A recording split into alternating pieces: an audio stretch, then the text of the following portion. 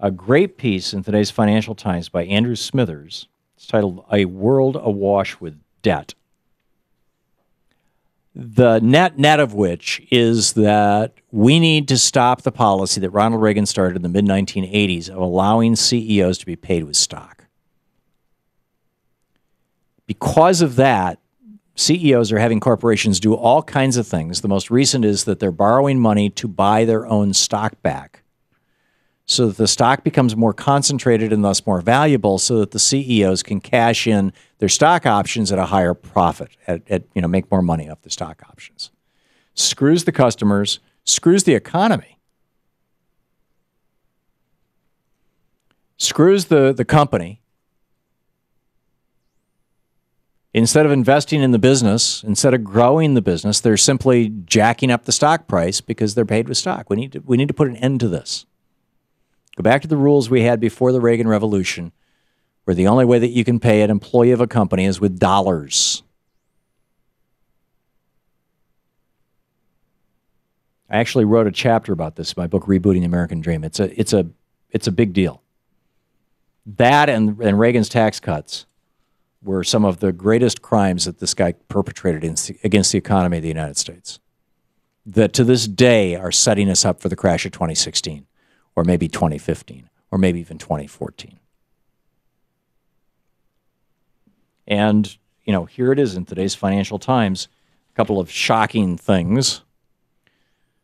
Andrew Smithers says, I illustrate the situation in the U.S. in the chart above. It is, and he says, non-financial business debt is higher than it has ever been since the Second World War and well above its level in 1929. It was 56% of GDP in 1929. Now it's 80% of GDP. Non-financial business debt. He said the underlying position seems worse than this, as companies have shifted so much of their debt off balance sheet. By the way, other countries are just as bad, especially the UK. Margaret Thatcher, Ronald Reagan, same stuff. Then he says, when governments ran large deficits, the private sector has a cash surplus and can repay its debts. Now, why would he say that?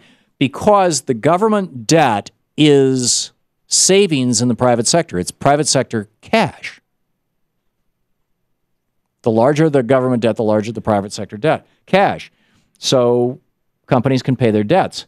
But instead, again, Andrew Smithers writes, unfortunately, this has not happened this time around. This time around, he's talking about the cycle between 1929 and today.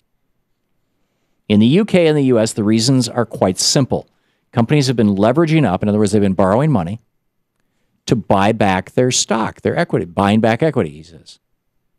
The latest figures show UK companies buying back equity at an annual rate of 3% of GDP and the US at 2.3%. So why would they be doing this? He says claims are often made that today's low investment, companies are not investing in growing their business. They're not creating jobs. Why? He says people say it's because of deleveraging. In other words, their companies are trying to get out of debt. He says this is nonsense. The figures published on March 6th by the U.S. Federal Reserve show that corporate debt has risen by 9% over the last year.